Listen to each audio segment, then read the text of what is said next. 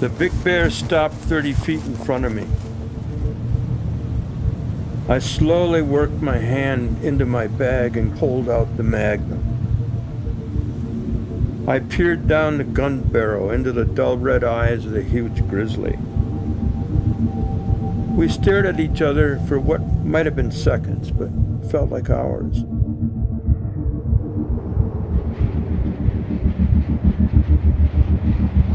I knew once again that I was not going to pull the trigger. My shooting days were over. I lowered the pistol. The giant bear flicked his ears and looked off to the side. I felt something pass between us. I didn't know that the force of that encounter would shape my life for decades to come. So that was the last time I carried a gun in Grizzly Country. It'll get you in more trouble than it gets you out of.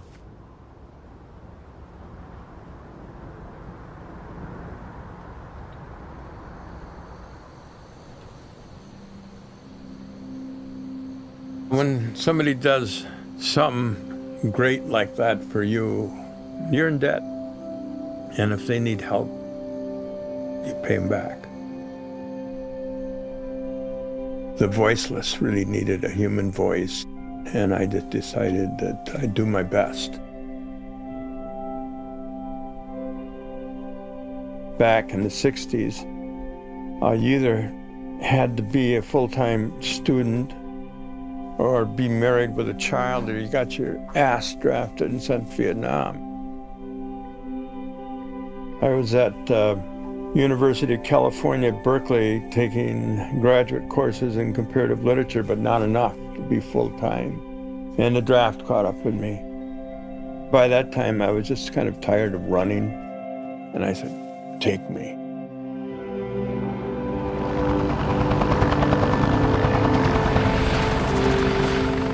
When I was training to be a Green Beret medic, I had this little road map. It was of Wyoming and Montana. And I took it with me to Vietnam.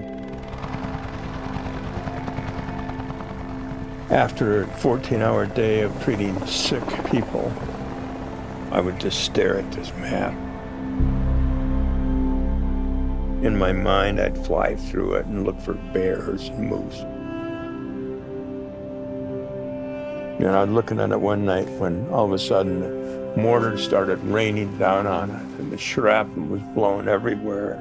I think I was somewhere in the Yellowstone, flying over Pelican Valley, going up Astringent Creek, seeing the steam come up. The next thing I know, you know, the shit has hit the fan and I'm running through the trenches and returning mortar fire. The map was very useful in Vietnam because if I ever got out of there alive, I was going to go look at those blank spots.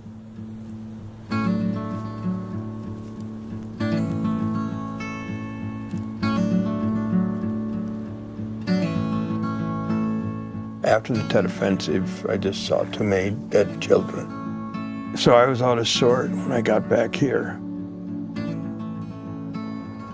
And I went to one place that I was comfortable, and that was the wilderness. I needed solitude so much. My companions ended up being grizzlies. Those bears saved my life. Once I knew they were in trouble, I decided I was going to record their plight on film. So that took another 15 years. Filming seasonally, working low-level jobs for the Park Service. Either a backcountry ranger or fire lookout. The lowest jobs you can get. By that time, I'd scouted everywhere that I could get within a week. Because, you know, I had 100-pound camera units and things like that. I'd find a place where the bears would come in thick and just set up and wait. It was kind of like warfare.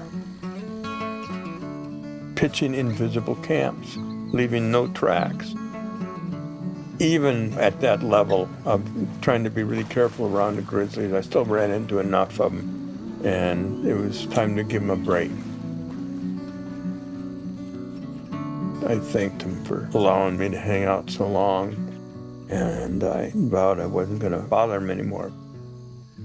But I still had to protect him.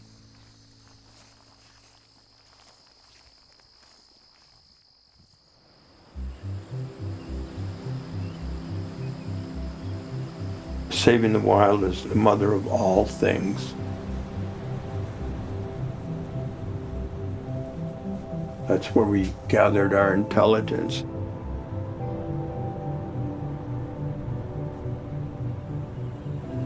I think it's essential for life, for growth, for wisdom.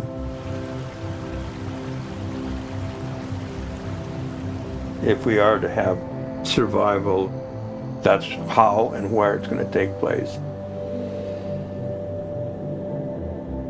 It's not going to take place on Mars or in any goddamn spaceship. It's going to take place in, the remnants of that original habitat that we tend to call wilderness.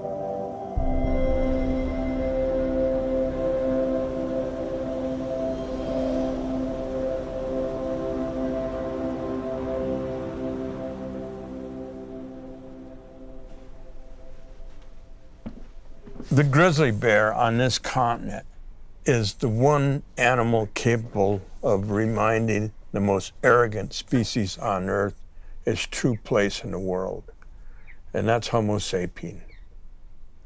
Without our arrogance and firearms and dominion, we're just another flavor of meat.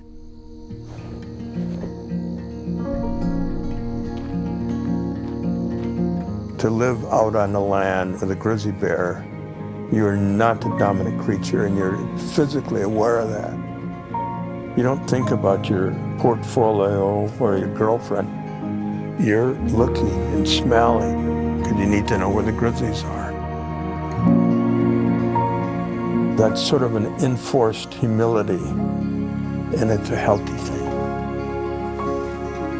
If you truly try to live in the land and not run through it like some mountain jogger, you're going to take this into stock.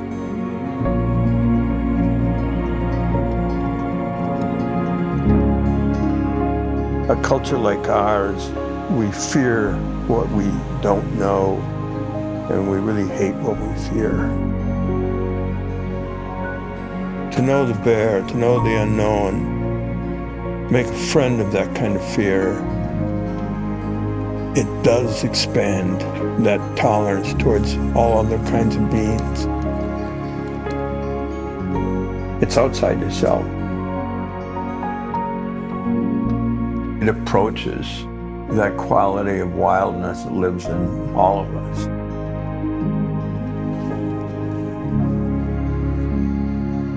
What I've aimed to do is to save habitat.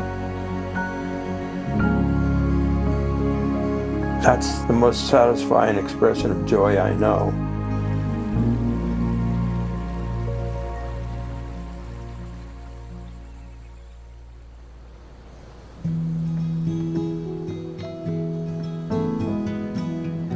When you're down, when you're depressed, get outside and do something. So you know enough that you know how important it is to preserve and save for your children and your grandchildren. If it's grim, find something, just a piece of beauty. You can find that every day. In the woods, throughout the desert, down the canyon. It's the best cure I know for the metaphysical icky poos.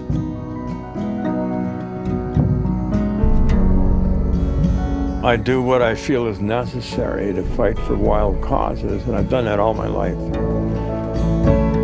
And, the worse it gets, the more the fighter they're going to fight.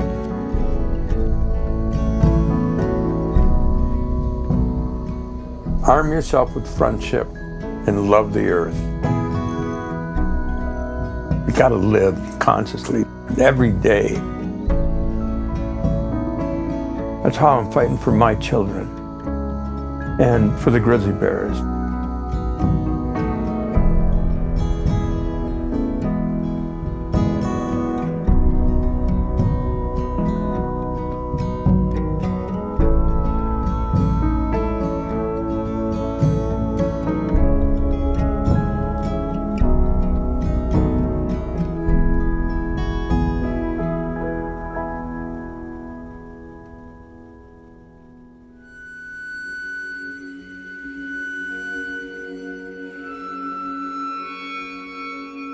Are you gonna do anything else? It goes with a polar bear spear.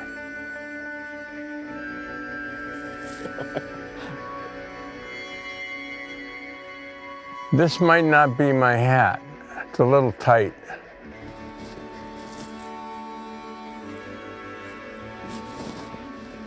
It's a Jeff Bridges hat.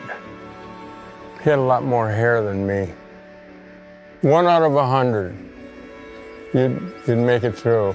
The rest of the time, you'd be polar bear chow. See if we can get it.